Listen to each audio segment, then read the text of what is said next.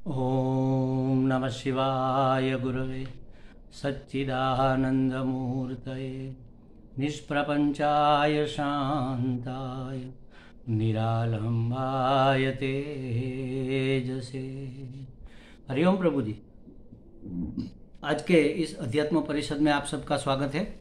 आज का प्रश्न भावनगर से नगीन दास पिठवा जी का है। उन्होंने पूछा है कि अपने अंदर झांकना बहुत मुश्किल क्यों है। बात तो सही है, भीतर देखना मुश्किल तो है, लेकिन नामुमकिन नहीं है। हो सकता है। ये कैसे होगा? अध्यात्म में जो भी वस्तु कठिन लगती है, नहीं हो रही है, नहीं हो सकती, ऐसा लगता है, उसके लिए भगवान ने एक मास्टर की गीता जी में दिखा दी है। ऐसी कोई भी चीज़ जो आपको लगता है बहुत कठिन है, हमसे नहीं होगा, दुर्लभ है, अत्यंत मुश्किल है, तो उसके लिए ये मास्टर की है। अभ्यासेन तु कौन्तेय वैराग्येण च गृह्यते।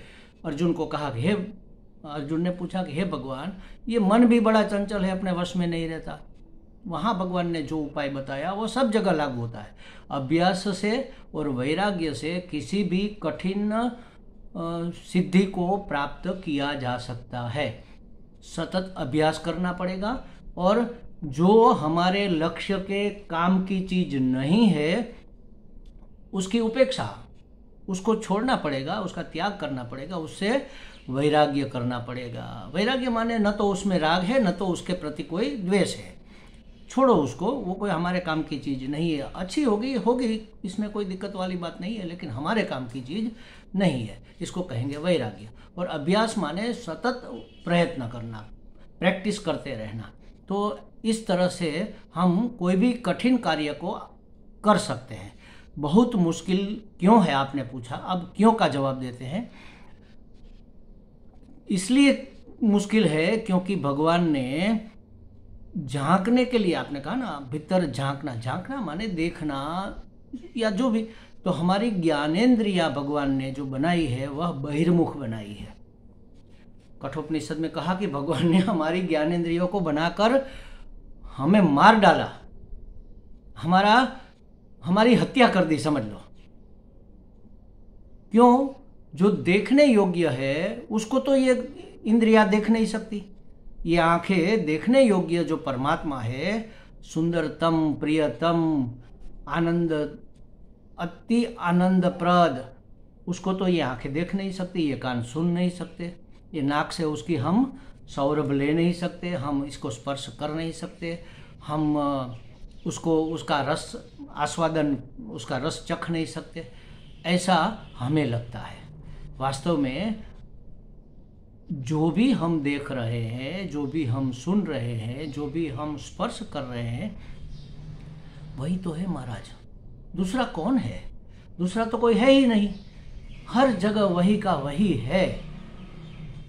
तो फिर आपकी इंद्रियां बहिर्मुख होते हुए भी परम को प्राप्त कर लेगी। इसलिए गंगा सती ने कहा है उपाय, कई महात्माओं ने भी कहा, हमारे शास्त्र में भी लिखा है, कठोपनिषद में भी लिखा है, आवृत चक्षुहु, आंखों को आवृत कर लो। आवृत कर लो माने ढक लो, माने बंद कर दो, माने अंदर मोड़ दो। बहिर्मुख इंद्रियों को अंतर्मुख कर दो। आंख बाहर देखती रहती है, रूप रूप रूप, आंख को बंद करो और भीतर झांकने का प्रयत्न करो। इसका मतलब क्या? कि मन में भी कोई वृत्ति न उठे। देखे हुए दृश्य, आंख बंद करने के बाद क्या होगा कि मन में जो देखे हुए दृश्यों के संस्कार पड़े हुए हैं वो सामने आएंगे। सुंदर सुंदर फूल, सुंदर बगीचा, सुंदर कोई हमारे प्रिय आदर्श कोई नायक है, अगर जैसे हमारे आदर्श तो हमारे गुरुजी है, तो गुरुजी का चित्र हमें दिखेगा। किसी को कृष्ण भगवान उसके आदर्श है तो भगवान दिखेंगे, उसकी छवि दिखेगी। मतलब किसी को अपना पुत्र प्रिय है तो पुत्र दिखेगा, किसी को अपनी पत्नी प्रियतमा है तो वह पत्नी दिखेगी। जो भी आपको पसंद है, जो भी आपको प्रिय है, जिसकी गहरी छाप मन में बैठी है, आंख बंद करके वो सामने आएगा। उसको भी आपको हटाना है। तो मतलब मन में कोई वृत्ति न उठे और इंद्रियों की क्रिया को रोक दिया जाए तो मन बिल्कुल शांत प्रशांत रहता है। तो इस शांत और प्रशांत मन में, स्वच्छ मन में, शुद्ध मन में, पवित्र मन में अपने आप की झांकी हमें दिख जाएगी। अपने आप माने यहाँ मैं माने आत्मा, आत्मा माने परमात्मा। तो अपने आप में देखना इतना कठिन इसलिए है क्योंकि हमारी जन्मों जन्मों की वासना बहिर्मुख होने की है, विषयों के पीछे दौड़ने की, विषयों का भोग संग्रह करने की, विषयों में से सुख है ऐसी मान्यता लेकर उसमें से सुख प्राप्ति करने की जन्मों जन्म की प्रैक्टिस है। जन्मों जन्म के ये संस्कार गहरे पड़े हुए और यह संस्कार अब वासना बन चुके हैं। तो इसलिए बाहर देखने वाली इंद्रियों हमारी भीतर नहीं देख पाती। और वैसे भी जैसे समझो कि हम दूरबीन से किसी चीज़ को देख रहे हैं, दूर पहाड़ों पर चांद खिला है या दूर पहाड़ों पर कोई हिरन का टोली चारा चर रही है, हम उसका निरीक्षण करना चाहते हैं तो दूरबीन से हमने हिरन के टोले को देखा ऐसे। अब हमें इच्छा हुई कि चलो हम अपनी आँख को देखें, तो दूरबीन को उल्टा करके हम अपनी आँख देख सकते हैं क्या? नहीं देख सकते। दूरबीन से आँख नहीं दिखाई देगी। क्यों?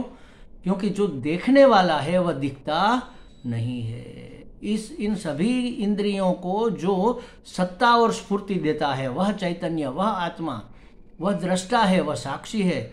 उस देखने वाले को कैसे देखे? इस इंद्रियों से तो नहीं देखा जा सकता। अपने आप को अपने आप देखो, बस यही एक तरीका है।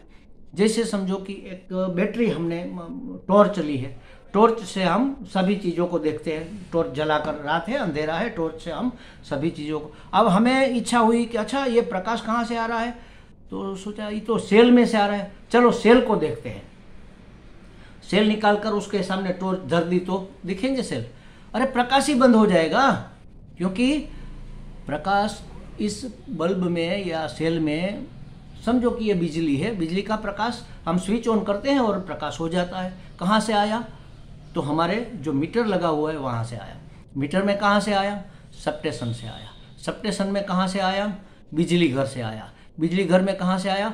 थर्मल पावर स्टेशन से आया। थर्मल पावर स्टेशन में पैदा किया गया। लेकिन यह जो आत्म प्रकाश है वह पैदा नहीं किया जा सकता, वह तो स्वयं प्रकाश है। थर्मल स्टेशन में भी जहाँ से प्रकाश आया वह प्रकाश का स्रोत, उस स्रोत का भी स्रोत है, वह है चैतन्य, वह है परमात्मा। अब उसको कैसे देखेंगे? इसलिए भीतर झांकना बड़ा कठिन है। भीतर माने बिजली, बिजली के भीतर मीटर, मीटर के भीतर सबस्टेशन, सबस्टेशन के भीतर गहराई में, भीतर माने उसकी गहराई में, उससे आगे जाओ तो थर्मल पावर स्टेशन, उससे आगे जाओ तो जल से बिजली पैदा होती है या कोयले से होती है। तो जल समझ लो, तो जल में जो गर्मी है, गर्मी कहाँ से आई? तो कि गर्मी हवा से आई। हवा कहाँ से आई? हवा आकाश से आया। आकाश कहाँ से पैदा हुआ? तो आत्मनः आकाश संभूतः, आत्मा ने आकाश का रूप लिया। तो सब आत्मा ही तो आत्मा है, देखने वाले को कैसे देखेंगे? इसलिए भीतर दृष्टि करना कठिन है, क्योंकि हमारी आंखें, हमारे कान, हमारी सभी ज्ञानेंद्रियां बहिर्मुख बनी हुई है विषय को देखने के लिए। तो भगवान ने ऐसा क्यों किया भाई? विषय को क्यों? उसके साथ हमें विवेक बुद्धि भी दी है। देखो, ये प्रज्ञा बुद्धि, विवेक बुद्धि को जगाकर हम नाम रूप के रूप में रहे हुए सच्चिदानंद परमात्मा को पहचान पाए, इसके लिए विवेक बुद्धि है। आंख रूप देखती है, लेकिन विवेक बुद्धि से हम निश्चय कर सकते हैं कि इस रूप में परमात्मा है। ये सुंदर फूल खिला है तो सुंदर फूल के रूप में परमात्मा खिला है। बस हो गई भीतर दृष्टि। अंदर देखना, आपने कहा भीतर झांकना, अंदर झांकना। किसके अंदर? अपने अंदर ही नहीं, सबके अंदर। सबके अंदर अस्ति भाति प्रिय है। सबके माने सब नाम रूप के अंदर। प्रपंच, पंच महाभूतों से बने इस प्रपंच, नाम रूपात्मक प्रपंच के भीतर अस्ति भाति प्रिय रहा हुआ है, उसको देखना है। और वह विवेक बुद्धि से देखा जा सकता है, आंखों से नहीं। आंख तो रूप देखती है, नाम रूप देखती है, और मन उसको पहचानता है। लेकिन उस नाम रूप के रूप में रहे हुए अस्ति भाति प्रिय को, परमात्मा को हम अपनी विवेक बुद्धि से जान सकते हैं कि इस रूप में परमात्मा अभिव्यक्त हो रहा है। इसका होनापन अस्ति सत है, इसका भासनापन चित्त है, और इसकी जो प्रियता है, इसकी सुंदरता है, जो मन भावनपना है, मनोहरता है, वह आनंद स्वरूप, सच्चिदानंद स्वरूप परमात्मा इस अस्तिभाति प्रिय के रूप में, प्रिय बनकर नाम रूप के रूप में हमारे सामने प्रकट हो रहा है। बस इस उपाय से इसका बारंबार अभ्यास करो। और वैराग्य किसका करना है? नाम रूप का। नाम रूप का वैराग्य करो, अस्तिभाति प्रिय को झांकने का प्रयत्न करो। अभ्यास न तु कौन्तेय वैराग्येण च। अभ्यास और वैराग्य से हम जो कठिन है, जो मुश्किल है भीतर झांकना, उसको भी सिद्ध कर सकते हैं। हमें लगता है नगीनदास जी को कुछ स्पष्टता हो गई होगी। हरि ओम।